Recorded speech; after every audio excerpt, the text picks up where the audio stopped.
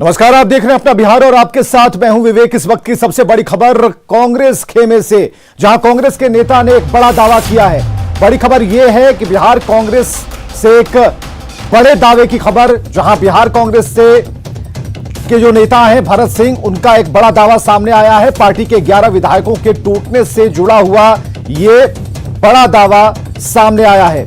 अजीत शर्मा और मदन मोहन झा का उन्होंने नाम लिया है। 11 विधायकों के एनडीए में शामिल होने का यह दावा है। तो हम आपको बता रहे हैं कि इन्होंने जो दावा किया है उसमें अजीत शर्मा और मदन मोहन झा का भी नाम शामिल है। 11 विधायकों के एनडीए में शामिल होने का दावा। कांग्रेस को आरजेडी से अलग होने की सलाह दी जा रही है। और यह भी आपको बताएं कि वैशाली के लालगंज के पूर्व विधायक भरत सिंह हैं जिन्होंने इतना बड़ा दावा किया है कि अभी जो 70 सीट मिला, तो 70 सीट में जो अधिकतर सीट जो है बाहरी लोगों को दे दिया गया। वैसे उम्मीदवार आए, वो बाहरी लोगों को आ गए, पार्टी में जो कांग्रेस पार्टी में नहीं थे। और उसमें से 11 जीत गए, जिनको कांग्रेस से कोई संबंध पहले से रहा नहीं है। और उनके पार्टी के जो लोकल लीडर है उनसे कोई लगाव नहीं है, पैसा लेना छोड़कर दूसरा कोई लगाव रहा नहीं। आज भी जीतने के बाद उनको कोई इकट्ठे रखने वाले नहीं। अभी जो मदन झा जो प्रदेश अध्यक्ष हैं, वो देख रहे हैं कि उनका छुट्टी नज़दीक आ गया है, छुट्टी हो ही रहा है, जय दिन में वो हैं, जाने वाले हैं, आगे भविष्य उनका कुछ दिखाई नहीं दे रहा है। तो वो अब इसके अशोक चौधरी के रास्ते पर जाना चाह रहे हैं। ये उस एमएलए लोगों का जो मार्गदर्शक यही लोग बने हुए हैं। उसमें अखिलेश सिंह भी हैं, सदानंद सिंह हट गए हैं, लेकिन वो भी हैं इसलिए कि वो देख रहे हैं कि ये कार्यरूप हो जाता है तो बन जाएंगे एमएलसी। उनको जैसा सोच रहा है कि नॉमिनेशन वाला में एमएलसी बन जाएंगे। यही सब कारण है। यही हम जानकारी के बाद हम हाईकमान को अपने आगाह कर रहे हैं कि जो विलंब कर रहे हैं बिहार के मामले में, ये बिहार को समाप्त करने पर लोग लगे हुए हैं। जो आप जिन लोगों को त्रिदेव जो है बना हुआ है और कांग्रेस को जो बर्बाद किया, टिकट बेचने का जो दुकान खोला चलाते आया है, आप उनको जल्द से जल्द हटाइए ताकि पार्टी बच सके। और भरत सिंह हमारे साथ हैं, सीधे बात करते हैं। भरत सिंह जी ने एक बड़ा दावा किया है। भरत सिंह, जो आप कह रहे थे उस बात को बिल्कुल स्पष्ट तौर पर जाना जा सकता, समझा जा सकता है, लेकिन आपने यहां कहा कि प्रदेश नेतृत्व के साथ 11 लोगों की ऐसी टीम जो बड़े नेताओं के, बड़ी पार्टियों के संपर्क में हैं और कभी भी कुछ हो सकता है, इसलिए पार्टी आला कमान को अब आगाह कर रहे हैं, लेकिन पार्टी फोरम पर नहीं। ऐसा क्यों? पार्टी फोरम पर यहाँ जो लोग हैं वो उस स्थिति में है नहीं। अब चूंकि सब लोगों की विदाई के रास्ते में है ना, तो वो इसके पहले का एग्जाम्पल लेकर, जैसे अशोक चौधरी से अध्यक्ष तो उनको हटाया गया, तो 4-5 एमएलसी को लिए और चले गए, जदयू में आज मंत्री हैं। उसी तरह ये आज के अध्यक्ष और जो सीएलपी लीडर थे वो तो हार गए, वो है नहीं, लेकिन वो इस चक्कर में लगे हुए हैं कि अगर कुछ इधर से एमएलए होकर उस पार्टी में चल जाएगा तो 12 को सीट यहाँ खाली है एमएलसी का नॉमिनेशन वाला, उसमें उनका एडजस्टमेंट हो जाएगा। इस लालच में वो लगे हुए हैं पार्टी छोड़ने में। और इसके पूर्व में भी जो पिछले चुनाव के पहले मेंबर थे उसमें भी लोग दस्तखत किया था पार्टी तोड़ के जदयू में मिलने का। लेकिन भरत सिंह जी, आपको हम रोकना जरा चाहेंगे, आप हमारे साथ बने रहिएगा। कांग्रेस की तरफ से एक बयान भी आया है, आपके बयान के ठीक बाद, पहले उसको सुन लेते हैं, उसके बाद आपसे बात करते हैं। सुनिए। जो बिकाऊ या दल बदलू किस्म के लोग थे वो 2015 में ही पार्टी से दूसरे दल में चले गए, ये आपने देखा है। अब कांग्रेस में बिकाऊ, दल बदलू, सत्ता लोभी, लालची इस तरह के लोग नहीं हैं। कांग्रेस में निष्ठावान लोग हैं, आदर्शों पर चलने वाले लोग हैं, और ये पैसे देखकर बिकने वाले नहीं हैं, सत्ता के लोभ में बिकने वाले लोग नहीं है। तो जो भी ये दावा कर रहे हैं कि कांग्रेस के इतने विधायक टूट रहे हैं, कांग्रेस के उतने विधायक टूट रहे हैं, वो हवा में कुछ बातें कर रहे हैं। चलिए, असीता तिवारी जो कि कांग्रेस के प्रवक्ता थे, उन्होंने कहा कि हवा में आप बात कर रहे हैं। उनको अभी लगता है कि कुछ नया कांग्रेस में पैदा हुए हैं, उनको ज्ञान नहीं है कांग्रेस का। और दल बदलू और कौन जो जो बिकाऊ थे, जो बेचने वाले थे, उसी के आगे पीछे करने वाले हैं ना। तो अभी जो हुआ पार्टी का 70 सीट मिला, उसमें कितना टिकट बाहरी लोगों को दिया गया, उनको ज्ञान होना चाहिए। लेकिन पार्टी का प्रवक्ता पार्टी की बात को फोरम पर लाकर रखता है। असित तिवारी ने जो कहा वो हवा हवाई है, आप ऐसा मानते हैं? उन्हें ही हवा हवाई करार दे रहे हैं? नहीं, उनको पार्टी प्रवक्ता और क्या होता है, पार्टी में जो अध्यक्ष है वही ना बनाता है, तो वो जो कहेगा वही ना बोलेगा। तो पार्टी अध्यक्ष जब उस टाइप का है तो प्रवक्ता किस टाइप का होगा? ठीक है, आप सामने आ गए मीडिया के कैमरे के सामने, आपने पार्टी आलाकमान को इसकी सूचना दी, पहले तो बताया होगा आपने वहां? हाँ, सब किनसे बात हुई आपकी? नहीं, पहले से लिखित हम भेजते रहे हैं, टिकट बंटवारा के समय भेजे हैं, बीच में भेजे हैं। कोई जवाब आता था? नहीं, यही प्रॉब्लम ना है अभी का जो दिल्ली का फंक्शन, इसीलिए गड़बड़ा कि प्रभारी जो है, कि दिल्ली में भी जो हाई कमान है वो भी कुछ सोचने और समझने और कुछ लिखने की स्थिति में नहीं है। हाँ, वो नहीं, वहाँ सुधारने के ऑफिस में जो स्टाफ लोग है ना, वो लोग जो है यहाँ से जो अध्यक्ष रहता है वो मैनेज कर लेता है कि चिट्ठी गया वो दाब देता है। तो इसका मतलब आपको लगता है कि कांग्रेस पूरे हौचपौच स्थिति में है? एकदम हौचपौच स्थिति, खासकर और जो राहुल जी छिपा कर दिए ना, उसके बाद और हौचपौच स्थिति में हो गया। इसका बहुत बुरा असर पड़ा पार्टी पर। तो राहुल गांधी भी भ्रम में रहते हैं? नहीं, उनको उसी तरह का लोग समझाने वाला है ना, अगल बगल में सबसे मिलते तो है नहीं ना, मिले तब ना। चलिए, राहुल गांधी आपसे मिलते नहीं, इसलिए आपने कैमरे का सहारा लिया। बहुत बहुत शुक्रिया हमसे बातचीत के लिए। तो भरत सिंह के इस बयान के बाद बिहार में सियासत गर्म हो गई है। जेडीयू ने कांग्रेस के वरिष्ठ नेता के इस बयान पर प्रतिक्रिया दी। पार्टी प्रवक्ता राजीव रंजन ने कहा कि भरत सिंह का यह बयान जाहिर करता है कि कांग्रेस में भगदड़ की स्थिति है। लंबे समय से बिहार में कांग्रेस के लिए अच्छे हालात नहीं हैं और बिहार कांग्रेस तो पूरी तरह से कोमा में है, ये आरोप हमारा पहले भी था। इस आरोप की पुष्टि अब कांग्रेस के वरिष्ठ नेता भरत सिंह के बयान से हो गई है, जिसमें कांग्रेस में संभावित भगदड़ की उन्होंने चर्चा की है। और शायद इस बात को शक्ति सिंह गोहिल ने भी भांप लिया था और इसीलिए बहाना कुछ और ढूंढ करके उन्होंने बिहार कांग्रेस के प्रभारी पद से खुद को मुक्त करने की इच्छा जाहिर की। चलिए, सब कुछ ताना बाना शुरू होता शक्ति सिंह गोहिल के दूर जाने के बाद। उसके बाद एक और बयान सामने आता है। हालांकि कांग्रेस के प्रवक्ता कुछ और कह रहे हैं, लेकिन सच्चाई क्या है? संजय हमारे साथ जुड़ चुके हैं, हमारे सहयोगी। संजय, जो स्थिति है और उस पर जो अभी ताजा बयान सामने आ रहे हैं, उसमें यह भी कहा जा रहा है कि पार्टी में चिट्ठियां दबा दी जाती हैं, राहुल गांधी को कोई और समझा देता है। तो ऐसे में पूरे हौच-पौच की स्थिति है कांग्रेस में।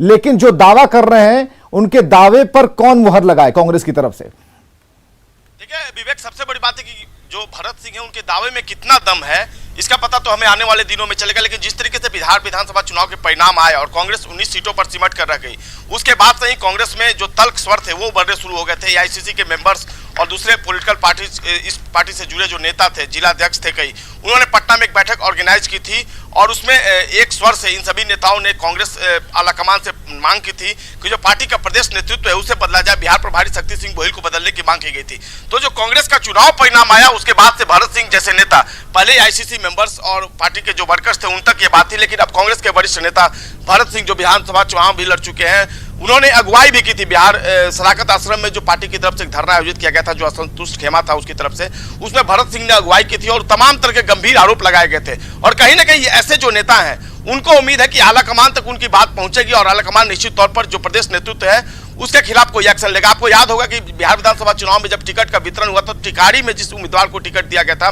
उसके खिलाफ सदाकत आश्रम से लेकर दूसरी जगहों पर प्रदर्शन हुए थे और तब आलाकमान ने टिकारी के उम्मीदवार को बदल दिया था। तो ऐसे नेताओं को, भरत सिंह तरीके जो नेता हैं, उनको लगता है कि उनकी बात कभी ना कभी पहुंचेगी। आईसीसी मेंबर्स जो थे अभी हाल में दिल्ली भी पहुंचे थे, किसान जो संगठन है कांग्रेस का, उसके नेता भी दिल्ली पहुंचे थे और उनकी एक मत से ये मांग थी कांग्रेस आलाकमान से कि पूरे मामले में हस्तक्षेप करें। हालांकि पार्टी आलाकमान की ओर से अब तक कोई रिस्पॉन्स नहीं दिया गया, आने वाले दिनों में पता चलेगा। लेकिन इतना तय है, भरत सिंह सरीखे जैसे नेता जो बयान दे रहे हैं, इससे यह तय हो गया है कि कांग्रेस के अंदर सब कुछ ठीक ठाक नहीं है। जी चलिए, क्या उस खेमे से भी पता चल रहा है कि जो प्रदेश अध्यक्ष की कुर्सी जो कह रहे हैं कि इनकी आज न कल चली जाएगी, क्या उस तरफ से भी कोई रास्ता दिखाई देता है कि वो भी चलेंगे उसी राह पर जिस पर कभी चौधरी जी चलकर आए थे?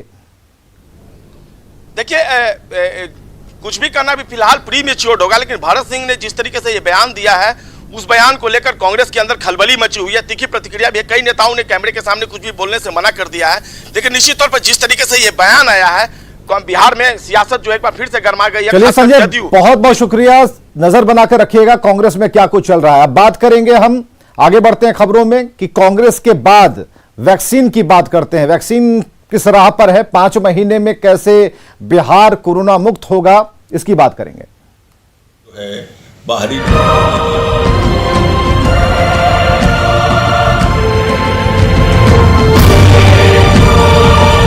पूरी तैयारी की गई है।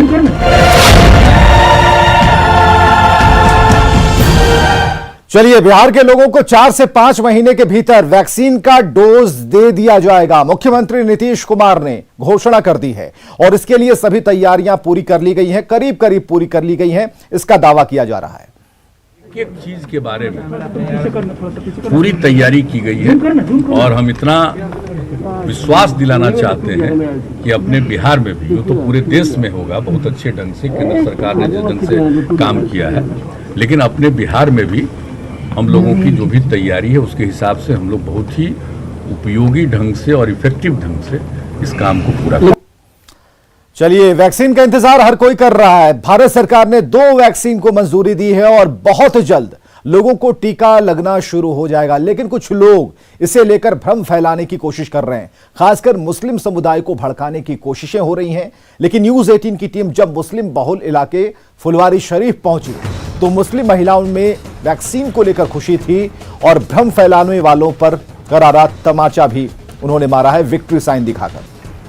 कोरोना को रोकने के लिए भारत सरकार ने 2 वैक्सीन को मंजूरी दी है और इसे लेकर लोगों में उत्साह भी है। हम मुस्लिम महिलाओं के बीच में पहुंचे और ये जानने की कोशिश कर रहे हैं कि मुस्लिम महिलाओं की राय इस वैक्सीन को लेकर क्या है। कई तरह की बातें कुछ लोगों के द्वारा भ्रम फैलाई जा रही है, तो ये जानना बेहद जरूरी था कि मुस्लिम महिलाएं इस बारे में क्या सोचती हैं। क्या नाम है चाची आपका? मेरा रबीना खातून। अच्छा, ये जो वैक्सीन आया है तो लेंगी ना? हाँ लेंगे। हाँ लेंगे। कई लोग कई तरह की बातें कर रहे हैं, तो कोई दिक्कत नहीं ना आप लोगों? ना ना, कोई तरह का बात नहीं है। ये लेना कितना जरूरी है? एकदम जरूरी है, एकदम जरूरी है। आपका नाम क्या वजह है? हमारा बानो खातून। बानो जी, आप भी लेंगी ना वैक्सीन? जी। कोरोना से डर लगता है ना, इसको हमेशा हाँ, इसको भगाना चाहिए। हाँ भगाना। तो अपने परिवार में सब लोग को दिलवाएंगे ना? हाँ हाँ। आपका नाम क्या हुआ? सजादी खातून। सजादी जी, आप बताइए कि वैक्सीन ले रही है ना अभी? जी लेंगे। और आपके परिवार के लोग सब लेंगे। कई तरह कोई दिक्कत नहीं ना है ना? नहीं, दिक्कत का है सर। मतलब कोरोना को भगाना है ना? हाँ जी, भगाना। बिल्कुल। आपका नाम क्या होना चाहिए? फीजन खातून। फीजन जी, आप बताइए कोरोना को कैसे भगाया जाएगा? भगाया जाएगा वैक्सीन लगा के ना? हाँ। तो जो लॉन्च हुआ है वैक्सीन उसको लेना है ना? हाँ। हाँ। कोई तरह का दिक्कत, कोई समस्या? कोई समस्या नहीं।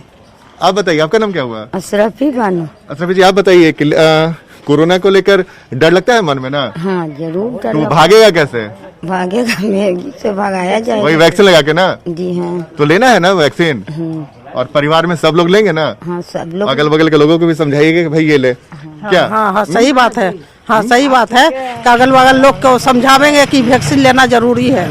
और जो लोग भ्रम फैला रहे हैं उनको भी समझाना है कि ये गलत है, ये सब हाँ, सबको लेना चाहिए। सबको लेना चाहिए। हाँ बोले। क्या चाची? जी तब ना जर भागेगा ये। तो देखिए, ये वो मुस्लिम महिलाएं हैं। ये पटना का फुलवारी शरीफ का इलाका है जो मुस्लिम बहुल इलाका माना जाता है। वहाँ पे महिलाएं कोरोना के वैक्सीन को लेकर बेहद उत्साहित है और उन्हें भी इंतजार है कि जैसे ही मार्केट में ये वैक्सीन आ जाएगा वो लोग भी लेंगी और तमाम लोग, उनके परिवार के जो लोग हैं उन्हें भी बोलेंगे लेने के लिए। तो जाहिर सी बात है, जो लोग भ्रम फैलाने की कोशिश कर रहे हैं उनके लिए करारा तमाचा है ऐसे महिलाओं का बयान जो मुस्लिम महिलाएं हैं। कैमरामैन सुबोध के साथ आनंद अमृतराज, न्यूज 18 नेटवर्क, पटना। चलिए, वैक्सीन तो लगेगी लेकिन रखा कहां जाएगा? एनएमसीएच को देश का सबसे बड़ा वैक्सीन सेंटर बनाया गया है जहां एक साथ करीब 21 लाख वैक्सीन रखे जा सकते हैं। कितने तापमान पर और कहां वैक्सीन रखे जाएंगे, पूरी तैयारी एनएमसीएच में कर ली गई है। आज शाम 4 बजे मुख्यमंत्री नीतीश कुमार एनएमसीएच पहुंचने वाले हैं, वैक्सीन सेंटर का निरीक्षण करने वाले हैं। अस्पताल अधीक्षक विनोद कुमार सिंह ने न्यूज 18 संवाददाता आनंद अमृतराज से इस पर विस्तार से बातचीत की है। अगले 5 महीनों में बिहार के तमाम लोगों को वैक्सीन लग जाएगा, ये दावा है बिहार के मुख्यमंत्री नीतीश कुमार का। और जब वैक्सीन बिहार पहुंचेगा तो इसी वैक्सीन स्टोर एनएमसीएच पटना में रखा जाएगा और तैयारी लगभग पूरी है। और जब वैक्सीन पहुंचेगा बिहार, तो इसे सुरक्षित रखने के लिए बिहार सरकार ने विशेष प्रयास किया है और वैक्सीन स्टोर NMCH पटना को एक सेंटर बनाया गया है जहां पे वो वैक्सीन रखा जाएगा। NMCH के जो अधीक्षक हैं विनोद कुमार सिंह जी इस वक्त हमारे साथ मौजूद हैं। सर, क्या कुछ तैयारी है वैक्सीन को लेकर? ये हमारा वैक्सीन हाउस का स्टेट का सबसे बड़ा वैक्सीन हाउस है पूरे देश में। इतना बड़ा वैक्सीन हाउस पूरे हिंदुस्तान में किसी भी प्रदेश में नहीं है। और यहाँ हम लोग एक समय में 15 से 21 लाख वैक्सीन हम लोग स्टोर कर सकते हैं। इसकी हमारी पूरी व्यवस्था है और हम लोग वैक्सीन को रिसीव करने के लिए पूरी तरह से तैयार हैं। इसके लिए जो है हम लोग तैयार हैं और यहाँ जो वैक्सीन आएगा वो आपको फ्लाइट से आवेगा और एयरपोर्ट से हमारा जो है फ्रीजर वैन्स के थ्रू यहाँ पर आएगा और फ्रीजर वैन से हमारा यहाँ जो स्टोर है वॉक इन कूलर बोलते हैं हम लोग, जिसमें 2 से 8 डिग्री सेंटीग्रेड टेम्परेचर रहता है मेंटेन, उसमें वैक्सीन रखे जाएंगे और यहाँ से फिर जो हमारे जो वैन्स हैं कूलर वैन्स हैं उसके थ्रू ये डिफरेंट डिस्ट्रिक्ट्स में जाते हैं। NMCH के लिए सर बड़ा मौका है, आपके लिए भी एक बड़ा ओकेजन है कि यहाँ वैक्सीन स्टोर बनाएगा और शायद आप कह रहे हैं कि देश में सबसे बड़ा सेंटर। हाँ, ये हम लोगों के लिए गौरव का विषय है कि हमारे पास जो वैक्सीन हाउस है one of the largest in India है और पूरी तरह से यह कार्यरत है और हम लोग पूरी तरह से तैयार हैं कि इसमें वैक्सीन आए, हम लोग रखें और फिर इसको डिस्ट्रीब्यूट करें जहाँ जहाँ इसकी आवश्यकता है और हम लोग पूरी तरह से तैयार हैं। तो NMCH पूरी तरीके से तैयार है। जो यहाँ के अधीक्षक विनोद कुमार सिंह उन्होंने भी कहा है कि देश का शायद सबसे बड़ा वैक्सीन सेंटर है जहाँ पे लगभग 19 लाख से 20 लाख वैक्सीन रखा जाएगा और जाहिर सी बात है तैयारी लगभग पूरी है, बस इंतजार है कि वैक्सीन कब बिहार पहुँचता है।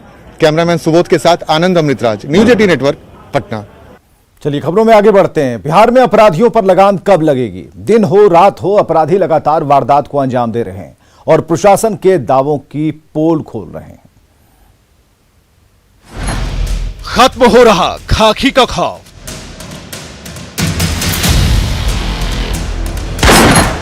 गांव शहर में अपराधी बेखौफ,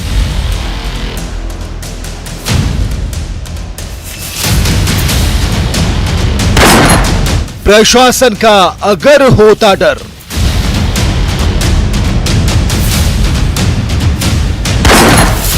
शहर शहर क्या होता मर्डर,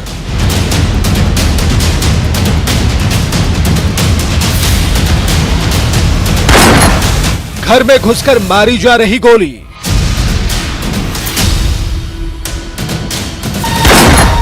आक्रोश में है जनता,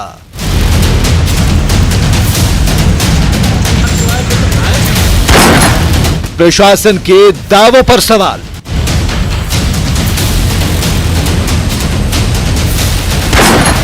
कब तक बिहार में अपराध का ये हाल?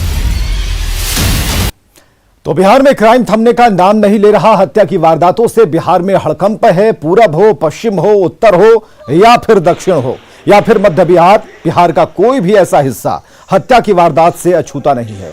जगह जगह पर हत्याएं हो रही हैं। तस्वीरें आप अपनी स्क्रीन पर देख रहे हैं। यहां हम आपको हत्या की 5 ताजा तस्वीरें दिखा रहे हैं। बेतिया में जमीन विवाद में युवक की पीटकर हत्या कर दी गई। औरंगाबाद में दहेज के लिए विवाहिता की गला दबाकर हत्या कर दी गई। बेगूसराय में अपराधियों ने एक शिक्षक की घर में घुसकर हत्या कर दी। बताया यह गया कि सुपारी किलर ने हत्या की घटना को अंजाम दिया। मृतक की पत्नी ने हत्या की सुपारी दी थी। हाजीपुर में शराब पीने के दौरान एक युवक की हत्या कर दी गई। वहीं नालंदा के दीपनगर थाना क्षेत्र में बंद बक्से में युवक का शव मिलने से हड़कंप मच गया। मुख्यमंत्री Nitish Kumar law and order को पटरी पर लाने के लिए समीक्षा बैठकें कर रहे हैं, लेकिन अपराध है कि थमने का नाम नहीं ले रहा और ऐसा लगता है कि अपराधियों में पुलिस प्रशासन का कोई खौफ नहीं रह गया। बिहार में बढ़ते अपराध को लेकर सीएम नीतीश कुमार एक्शन में हैं। पुलिस मुख्यालय में लॉ एंड ऑर्डर की समीक्षा बैठक चल रही है। क्राइम पर कंट्रोल के लिए अधिकारियों को सीएम सख्त निर्देश दे रहे हैं।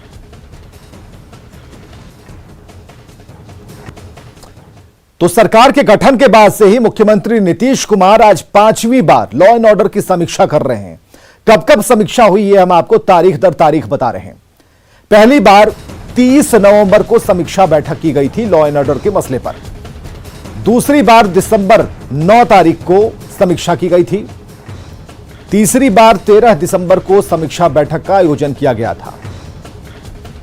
चौथी बार 23 दिसंबर की तारीख थी जब मुख्यमंत्री बैठे थे अधिकारियों के साथ समीक्षा करने, और पांचवी बार सीएम आज समीक्षा कर रहे हैं।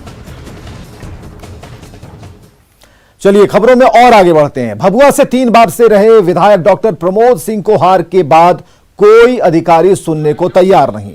जिले में धान खरीदी का हाल यह है कि पूर्व विधायक का धान खरीदने के लिए पैक्स तैयार नहीं। खलिहान में धान पड़ा है, डीएम से लेकर डीसीओ तक गुहार लगा चुके हैं, लेकिन सुनवाई नहीं हुई। अब पूर्व विधायक सहकारिता विभाग से विजिलेंस से जांच की मांग कर रहे हैं और इसको लेकर बिहार के सीएम नीतीश कुमार से शिकायत करेंगे। कैमूर जिले में धान अधिप्राप्ति के लेके सहकारिता विभाग का बड़ी लापरवाही सामने आया है और पैक्स द्वारा किसानों का धान नहीं लेने से जो है पूर्व विधायक जो है नाराज हैं कि जिले भर के किसानों का ये मुद्दा ये उठा रहे हैं। इनका कहना है कि जिले में जो है धान जो पैक्स लेता भी है तो 3 से 5 केजी वजन ज़्यादा लेता है और जो अनुदानित राशि जो है 1868 उतना न देकर 1700 में ही फरिया देता है। यहाँ के अधिकारी टोटल अपना मनमानी कर रहे हैं और तमाम किसानों के पैसे का बंदरबांट कर रहे हैं। मैंने डीसीओ को भी और डीएम को भी शिकायत किया था कि जिले में कहीं भी क्रय नहीं हो रहा है ठीक से, और जो हो भी रहा है पैक्सों द्वारा थोड़ा मोड़ा। यहाँ पर सहकारिता विभाग तो पूर्णतः फेल है। यहाँ पर तो भयंकर धांधली है और तमाम मार्केट से धान ले लेके वहाँ पर सहकारिता विभाग द्वारा दूसरे के नामों पर चढ़ाया जा रहा है। तो आप जैसा सुन रहे थे कि देखिए ये विधायक जी का ये धान का बोरा रखा हुआ है। अगर मौसम खराब है, बारिश अगर हो जाए तो ये काफ़ी मात्रा में धान जो है बर्बाद हो जाएगा। और यही नहीं, आपके ज़िले में हजारों किसान ऐसे हैं जो कि धान तैयार करके रखे हैं और पैक्स का मनमानी के कारण नहीं खरीदा जा रहा है। अगर बारिश हो गया तो भारी मात्रा में नुकसान हो जाएगा। लेकिन विधायक जी का ये कहना है कि अगर जांच किया जाए, विजिलेंस से जांच किया जाए तो अरबों रुपया में यहाँ हेरा फेरी का सामना सहकारिता विभाग का उजागर होगा। प्रमोद कुमार, न्यूज़ 18 कैमूर।